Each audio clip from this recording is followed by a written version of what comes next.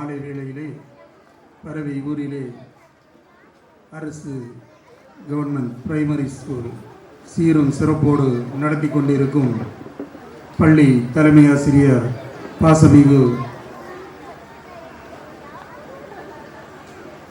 தலைமை ஆசிரியர் டாக்டர் ராதாகிருஷ்ணன் விருது பெற்ற ஜெயந்தி அவர்களே,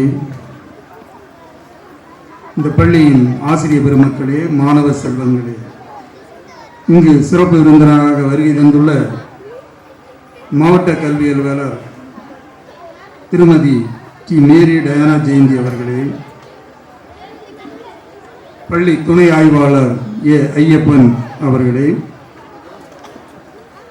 அரசு தொடக்கப்பள்ளி காஞ்சிரகோடு தலைமை ஆசிரியர் துரைராஜ் அவர்களே, எங்களுக்கெல்லாம் பக்கபலமாகவும் ஏழை எளிய மக்களுக்கு ஊன்றுகோலாகவும் பல பல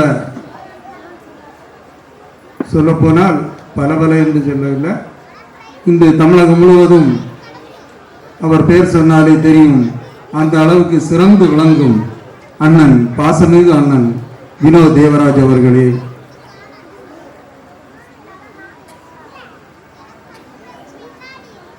டாக்டர் ஜான் கிங்ஸ்லி முன்னாள் மாணவர் அவர்களே, பாசமிகு பிடிஏ பிரசிடென்ட் செல்வின் அவர்களே,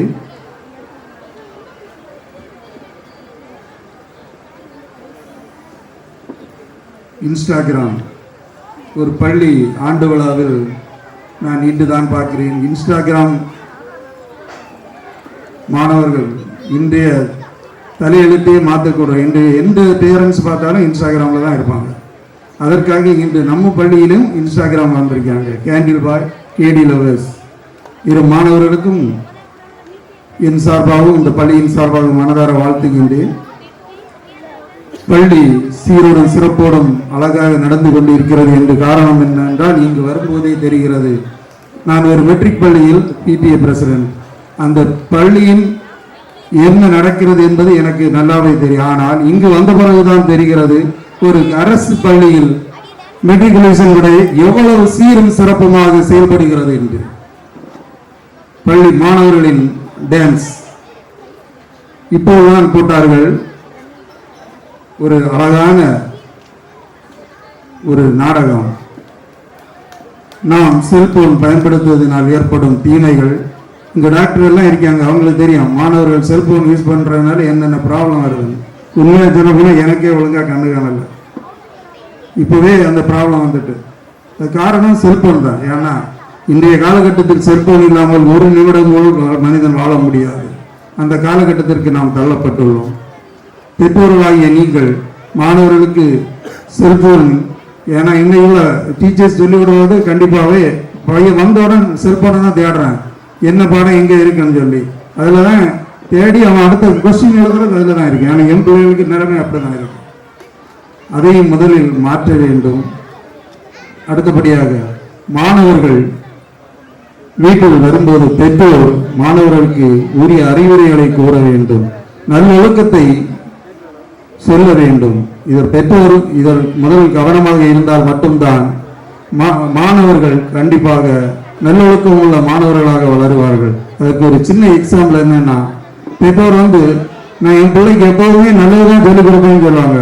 ஆனால் உண்மைதான். ஆனால் ஒரே ஒரு கதையை சொல்லுவாங்க. எப்படி தெரியுமா? பக்கத்து வீட்டில் உள்ள பொம்பளை அப்பதான் தேடி வருவாங்க. வீட்டில் பிள்ளைகிட்ட சொல்லுவாங்க, நான் வீட்டில் இல்லைன்னு சொல்லுவேன். அது ஒண்ணுமே போற அந்த பிள்ளைக்கு நம்ம கொடுக்குற பாடம் மாறி. ஏன்னா நம்மவே அந்த பிள்ளைய தப்பான வழியில கொண்டு போறோம். அதே போல நம்ம ஸ்கூல்ல பிள்ளைகளை ஒண்ணு கேட்டுடுங்க. நம்ம ஸ்கூல்ல ஒரே ஒரு எல்லா கிளாஸ்லயும் கடிகாரம் இருக்கும். கடிகாரம் எதுக்கு வச்சிருக்காங்கன்னு தெரியுமா? மாணவர்களே, நீங்கள் தான் பதில் சொல்ல வேண்டும். கடிகாரம் எதற்கு வச்சிருக்காங்க? அது எங்க வச்சிருக்காங்க? எங்க வச்சிருக்காங்க? மேல தானே. அது எதுக்காக மேல வச்சிருக்காங்க? ஏதோ எப்பவுமே என்ன செய்யணும், சுத்திட்டே இருக்கோம், மேலதான். நம்மளும் அதே மாதிரி என்ன செய்யணும், மேல்படியாக போயிட்டே இருக்கணும். நம்ம படிப்புலையும் சரிதான், உழைப்புலையும் சரிதான். எப்பவுமே உழைப்புல நாம் முன்னேற்றி சென்றால் வாழ்வில் பல வெற்றிகளை பெறலாம். நம் பள்ளிக்கு நம்முடைய இந்த கருங்கல்லூர் இந்த கீழ்குளம் பகுதிகளுக்கு பெருமை சேர்த்த வாசமிகு திருமதி ஜெயந்தி அவர்களை என் சார்பாகவும் இந்த பள்ளியின் சார்பாக மனதார பாராட்டி என் உரையை முடித்துக் கொள்கிறேன். நன்றி, வணக்கம். வாழ்த்து கூறிய அவர்களுக்கு நன்றி. அடுத்ததாக மாணவர்களுக்கு வாழ்த்து கூற SMC உறுப்பினர் திருமதி ரத்னபாய் அவர்களை அன்போடு அழைக்கிறோம்.